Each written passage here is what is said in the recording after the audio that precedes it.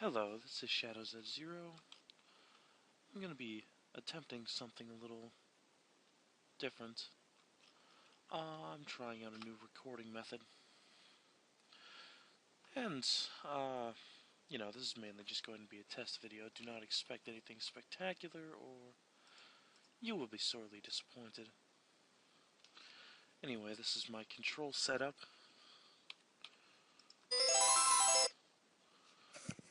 And I'm going to be testing Super Castlevania 4. It's been about a year since I've recorded any sort of material.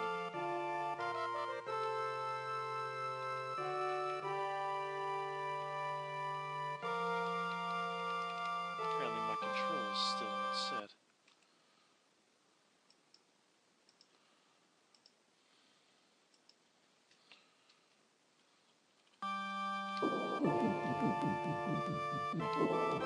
I'll be naming him Simon. Conveniently enough, I am doing this with a GigaWare USB controller. What I like about this game so much is even right from the beginning, this is essentially a rehash or a reboot of Super Castlevania 1. However, you get this extreme sense of foreboding as you enter the castle. Also, moonwalking only done on the stairs. And this will be the first sub-weapon we get. The knife has not been changed. Another significant difference is that you can whip in all directions. No more just left, right, up, and down. No more left, right, up, diagonal, even in the air. You can also, do little tricks.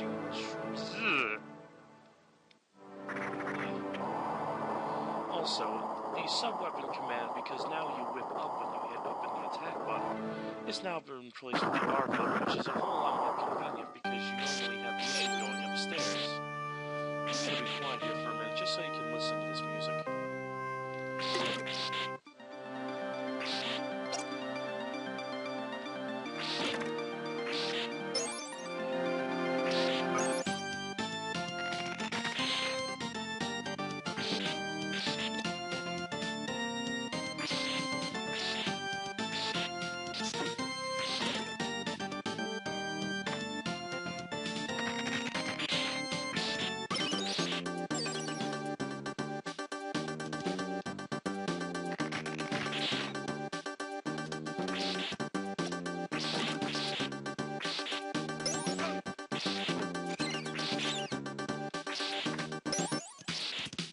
Get a load of that. This has quite possibly my favorite series of tracks in the whole Castlevania series. And right there we have a demonstration of how the whip can also be used defensively with its new sort of form. And once again, wall chicken. No. Really? It's already got those in here. Also with the addition of crouching, you can dodge. Close range, you can dodge. Close quarter shots like that, I think that was pretty good. And right now I have what I believe is the best weapon in the game, the boomerang. Cross, whatever the hell, too much. It's about as strong as the whip. What we have there is what I believe to be invincibility. Yes, it does not last long at all, and you can barely find it. We're walking upstairs. Alright, let's go. Also, we have another addition. By grabbing onto these things with the whip, you actually can move and swing on them like Indiana fucking Jones. Which you will need to make these close-range jumps. Or not close, you will need to make these long jumps. There we go. Also, with the whip, you also have the stun effect that you would have normally with the whips in almost every other game. Also, when you kill things, you feel a little satisfied. I mean, they sparkle, you feel important. Here we have some invincibility. Now, another major thing they did to this game was they made it so the whip was so much more useful than it was in the original. The whip was clunky and slow, which made you get used to the regular sub-weapons. now, here we have a good example of how ridiculous the whip is. I'm going to pass up the holy water for now. Now we have these worms, these, clumps of poisonous worms. There's no enemy roll call, I don't think. And the poison water would be especially good for taking them out. Unfortunately, why do that when we have the whip? We have horse heads. Hit them with the whip. Hit them with the whip.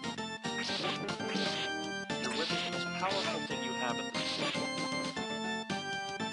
The sub-weapons have really been rendered kind of obsolete just a little bit. Instead of launching it, we got a heart, it could be worse.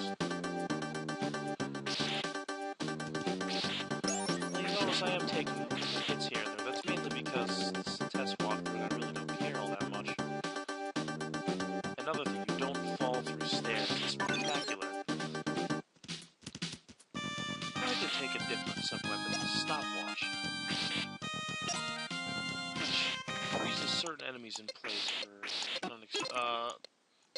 was it 6 seconds? 5 seconds?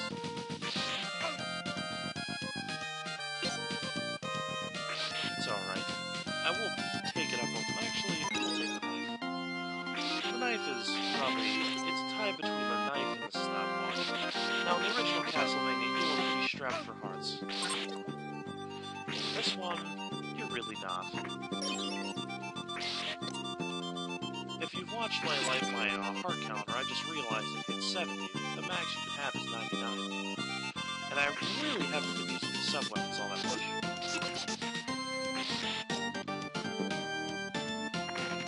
You really don't even have to. Also, they're extremely generous. Now I'm going to show you just how easy this game starts off. Toss the sub-weapon. Toss the sub-weapon. Oh.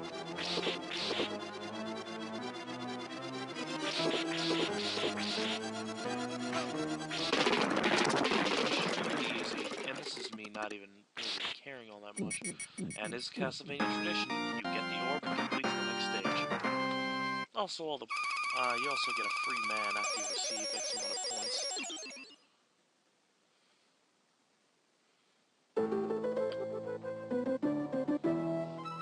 Also, another thing, the overworld map.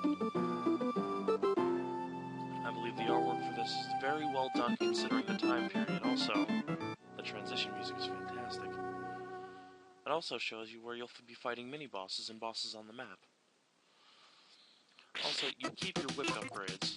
Now this is a potentially nasty area because purple hands from the ground. Also, I honestly, the first time I played this, I got hit by these things every time. It didn't dawn on me that, you know, I can just let the whip dangle.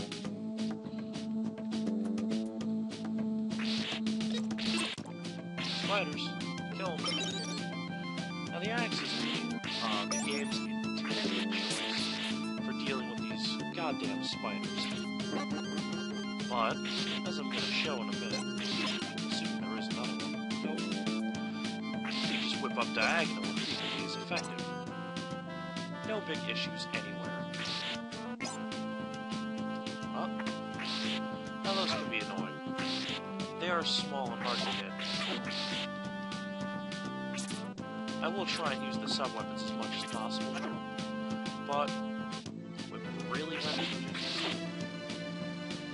I mean, it depends. They will have their moments where they will be exceedingly useful, especially during boss fights. I don't care what anyone says, especially during boss fights. The sub-weapons are going to be very useful in terms of their accessibility and their ability to hit the boss. Well, the whip has a limited range. However, it is a lot longer than it used to be.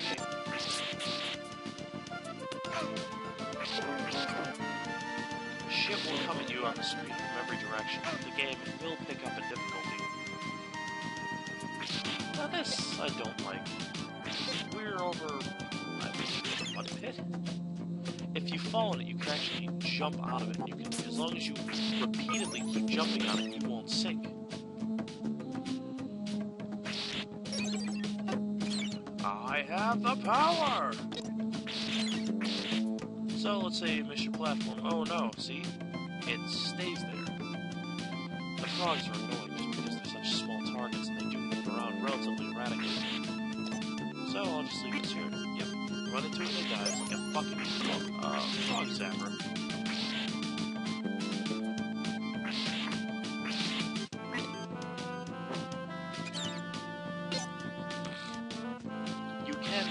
The whip is extremely effective this time around. You don't have to become quite as dependent on some weapons. And there's the chicken. I'm sorry, it's considered what's the technical term for turkey leg? Now, the way the controller is set up is a little erratic. For some reason, when I use the control pad, sometimes instead of trying to move forward, I will go diagonal. So Simon will make erratic movements, and I will get hit. But yeah, I've played this game all the way through without dying, including the last boss, Imhotep Dracula. It's a very good game. The music selection is fantastic. Absolutely fantastic. The only thing it might that actually holds a candle to would be Castlevania R Symphony of the Night. I'm sorry. The Symphony of the Night soundtrack. Mini boss. Dr. Pepper. Look at that boomerang. Look at how much damage that does.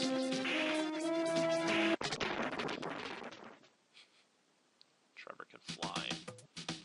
But anyway, we're gonna call it quits with that. I hope you guys enjoyed this test. Shadows at Zero, signing off.